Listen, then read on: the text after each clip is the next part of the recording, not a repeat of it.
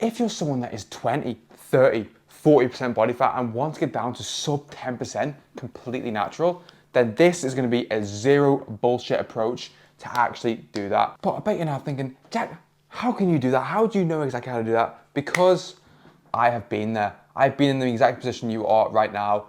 This was me back in 2019 when I was rather large. I would say well over 20% body fat, about 95 kilos, hated the way I looked, hated the way when I took my top off, the way I was looking, and I wanted to make a massive change. And these are the steps that I did and I still implement now, and I implement with all of my clients. I've gone through loads of phases where I've lost 10 kilos, I've lost 20 kilos, and then I put it back on. Then I've lost another 20 kilos and done big kind of jumps between body weights, even going down from 95 down to around 79 kilos, and even going from recently 90 down to around 77, going from, I'd say around 17, 18% body fat to going to sub 10 in just under 14 weeks. I've been in every single position possible. I've been skinny, bulked up, overweight, and then obviously cut down as well. I've done absolutely both. And I'm gonna deliver this in 4 simple steps. And if you follow these 4 steps, I guarantee if you do them consistently, you'll get yourself down to sub 10%. The first thing you need is one of the most common phrases in the fitness industry. Everyone says it, and I hate that I have to say this word. It is gonna be a calorie deficit. Come on, man. Just burning more calories than you are consuming. That is the way you're going to do it. The way that most people usually do it is they'll set a calorie target and then they'll just fill that with whatever. You're a fucking idiot. This needs to stop. Now. Now, yes, law of thermodynamics, that is gonna work. That is gonna work. You are gonna lose weight. What you need to be doing is being a lot more smarter about your food choices and how you actually fill them calories. I'm gonna run through that later on in the video, but to actually set your calories in terms of your starting calories and what to do when the calories kind of are not working anymore and you're stalling in weight, first thing I want you to do is jump onto Google and type in the Harris-Benedict calculator, and you put in your age, height, weight, and obviously your activity level as well, and obviously your gender. And what that is going to do is that it's going to bring you out a number. That number is going to be your maintenance calories. It's going to be your estimated maintenance calories. Now, this isn't going to be absolutely gospel and get these, oh, these are the calories that I'm going to eat every single day. It's going to maintain my weight. It's a real guess. They can't really tell how much muscle you've got, how your body's working. Everybody's body is completely different and works in different ways with different kind of calories. Just a guesstimate, it's just a thing to kind of go off. So to be in a calorie deficit, you need to burn more calories than you are consuming. So the first thing that I would do off the bat is I would take off 300 to 500 calories off that number. So let's say for me, my maintenance calories are estimated at 3,000 calories. What I would then do is I would eat around 2,500 to 2,700 calories. Do that for a week, see what happens in terms of my body weight. If your body weight is going down in the direction you want it to go in, A1, nail on the head. That's absolutely perfect. Continue doing that. If your weight hasn't really moved and there's not really much going on, then you need to obviously reduce the calories by about 10%. I usually take off 100 to 200 calories, depending on the person. What usually happens with most people is they get to a stage where they're 5 weeks in and they're losing weight every week. Everything's on the money, everything's unreal. Life is good, they're losing weight, but that weight loss just stalls out. Because there's this thing called metabolic adaptation, where when you are losing weight, your body then doesn't need as many calories to actually run your body. So what you need to do is one of 2 things. You either need to decrease the amount of calories, taking off 10%, 100 to 200 calories off that number, or you can increase your activity. This is a very, very big tool that you obviously can use, and I'm gonna go into it with a lot more detail later on in the video. But the main important thing is you need to increase the amount of activity you're doing so you're burning more calories than you are consuming. And that's basically the basics of a calorie deficit. It is overcomplicated by a lot of people, but that is the bare bones of it.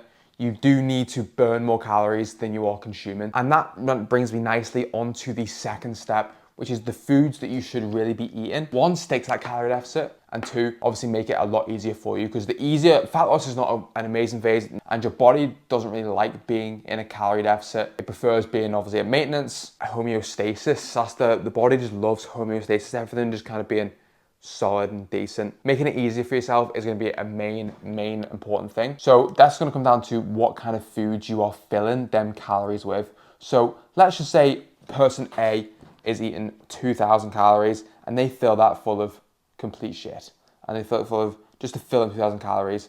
And person B has good quality food, good healthy food. They're hitting the protein, they're hitting fats, carbs, and everything's on the money there. Yes, that person may lose weight, but that person on the right is going to look 10 times better. It's getting the nutrients, it's getting all the vitamins that it kind of needs, and obviously it's hitting its macro targets as well, which is going to make them look and feel 10 times better as well. So your macros really determine how you look, and your micros, your micronutrients, your vitamins, minerals, they determine basically how you feel. So to really break it down, if you're going from kind of 0 and trying to go from 0 to 100, the first thing that I would look into, the amount of fiber that you are currently eating. Fiber isn't digested by the body. So what it does is when you eat fiber, it's usually fed, it feeds the bacteria, it feeds the gut, but it's not actually digested like carbs, like fats, like protein. It doesn't go through the same kind of effects. What you need to be doing is you need to be probably increasing your fiber intake. 90% of people do not hit their fiber intake per day. And that's just the recommended one. I'd recommend people aiming between 25 and 35 grams of fiber each day. Everyone is kind of undershooting that big time. The reason why fiber is so important is because it slows down the digestion of carbs. So when you have carbs and they don't go shooting straight into the bloodstream and spike your blood sugar straight away, so then it will obviously raise your insulin, and then you have issues there. What it does is it slows down the digestion, so the foods in the gut, in the stomach, in the intestines for a lot longer, which means that keeps you fuller for longer and stops you being hungry all of the time. So it's very, very important that you increase your fiber intake. Now we're going to look into kind of what sort of things you kind of can do to increase your fiber. Standard fruit, veg, your apples, bananas, berries, strawberries, blackberries, raspberries, go nuts, kiwis are a very good one as well. I'd definitely be adding into them into my routine. I use medjool dates before I'm training. Great carb source, vegetables, all your green stuff, your broccoli, lettuce, kale, spinach. Now moving on to things that people usually don't think about is their seeds and their lentils, the chia seeds, flax seeds. Very, very good. You can just sprinkle them on top of different foods and you're able to get the fiber in that way. Unbelievable. But I would 100% increase your fiber intake. So many people talk about this next one, but they never really talk about fiber. The next one, the one that obviously is talked about a lot more, which is protein. Protein is obviously, not only is it the most satiating macronutrient. If I said to you, go and eat 500 grams of Greek yogurt, you go, right, sweet, you'd eat that. 300 calories, probably a little bit less than that. You wouldn't go, right, what am I having now? You go, that's completely full. I'm completely full off that. Probably the bigger thing is the thermic effect of protein. Your body actually burns double the amount of calories carbs or fats does to be broken down into amino acids. So it actually burns twice the amount of calories. So if you're having 1,000 calories with protein, to make it easier for the maths. So if you have 1,000 calories and eat 1,000 calories with the protein, you're probably burning 400-500 calories just to flip and digest the protein. You're not actually using that protein for obviously what your body needs, growth and repair of muscles and stuff like that. So what I'd aim for is 1 gram per pound of body weight. I think people are seriously under-eating protein. I think they've started bringing down how much you actually need. People are very, very undershooting how much protein they're really eating. I think the more you kind of go for better. Protein, if you eat too much protein, the only thing that's going to happen is it gets turned into ATP. It then, because it's protein, it still burns twice the amount of calories than you'd be eating carbs anyway. So especially like your rest day, I'd layer in the protein, bring down the carbs. You're burning more calories as a process of that. So that's the main important thing with protein. Like I said, most satiating macronutrient as well. And it's gonna be very, very good for maintaining your muscle mass when you're in a deficit as well. So the main important thing when people are cutting down is to not lose as much muscle as possible. You wanna maintain as much muscle as possible, because when you get down to sub 10%, you want to be able to have the muscle there to show. The next thing, and one that I know that a lot of people don't really focus on, gut health. Gut health is absolutely massive in terms of kind of fat loss, especially when you are eating less and less and less calories. How your body is processing the food is going to be absolutely massive. If your gut isn't able to process the processed food that you're giving it, then it's not going to perform as well. Your metabolism isn't going to perform as well. Your mitochondria is going to go, what the fuck is going on here? You're going to be unable to get the glycogen into the actual bloodstream.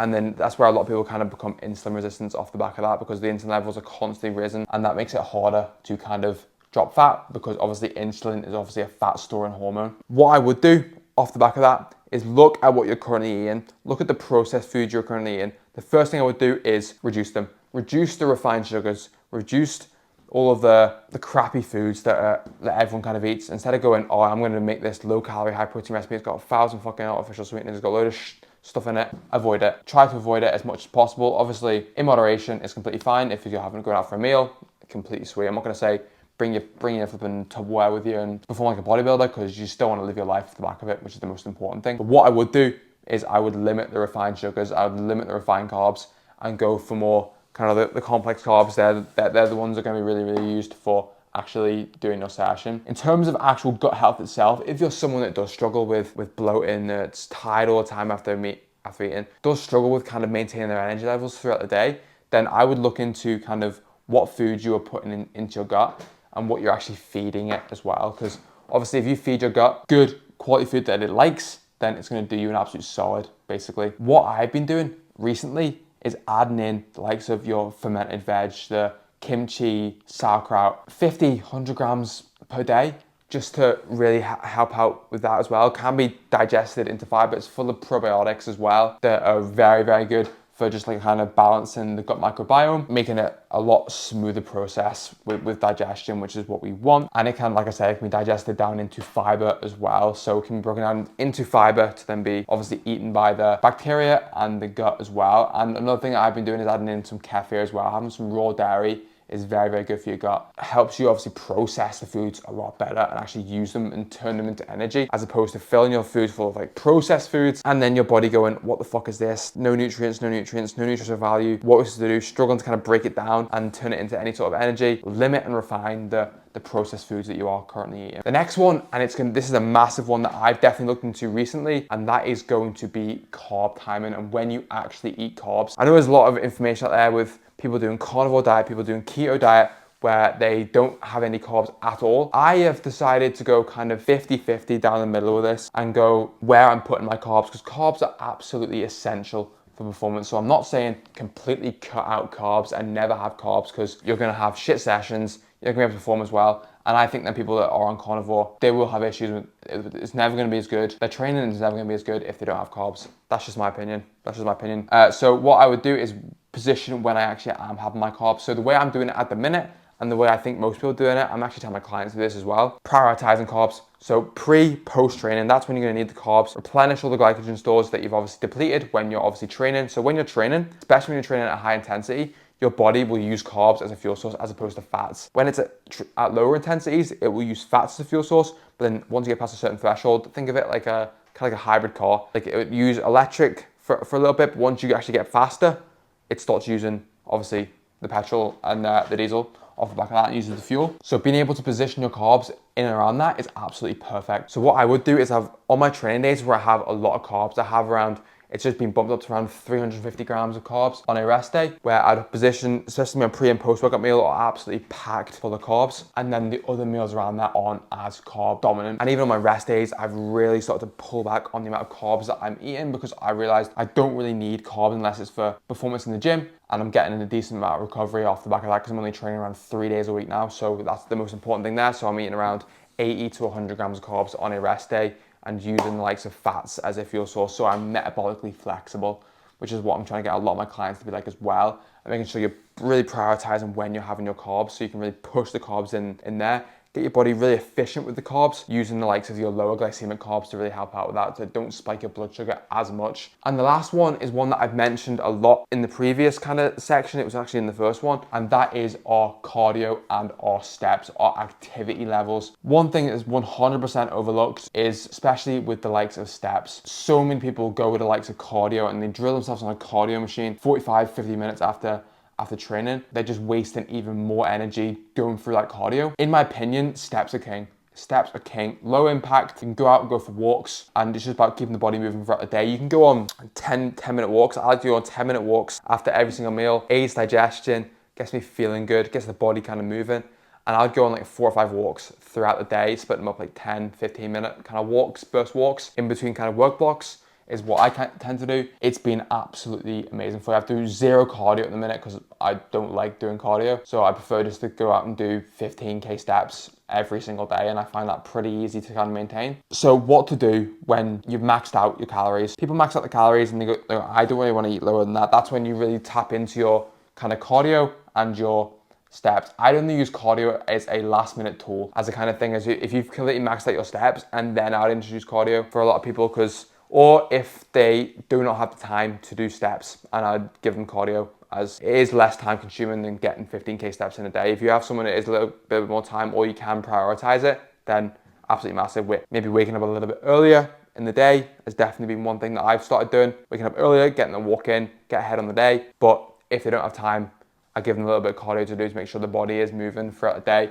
and they're able to obviously be in a calorie deficit and drop weight. But what do you do when it stops? One thing you can do when the weight loss stops and you've maxed out on your calories is you can make an adjustment to your steps and your cardio. So what I would do is, if things aren't really moving in the direction you want them to, I would add in 1 to 2k steps and I would add in 40 minutes cardio across the week. That's what I would do when I'm making changes with my clients and what I would do with myself. I don't really give many of them cardio. A lot of them are just on steps, but in cardio towards the end if they need it. But if it is going to be cardio, I would just go with a bit of low intensity cardio, or even just kind of a short burst of high intensity after you train as well. It's been shown to have really, really good benefits going forward as well. But I would lean a lot more into steps than I would do into cardio and put a lot of your energy, because you're not going to have a massive amount of energy, especially if you're on your end of kind of cut and you're on, like, as a guy, 2,000 calories.